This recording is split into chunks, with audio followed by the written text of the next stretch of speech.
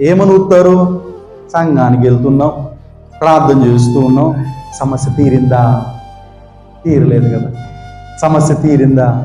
తీరలేదు. మరి ఎందుకు వెళ్ళడం? మానేసే అని సైతాను మనుషులు మన చెవులు ఊదుతూ ఉన్నప్పుడు అటు ఇటు అవిశ్వాసంతో ఉన్నవారు ఏం చేస్తారు? సైతాను మాటలు విని అక్కడే ఆగిపోతూ ఉంటారు.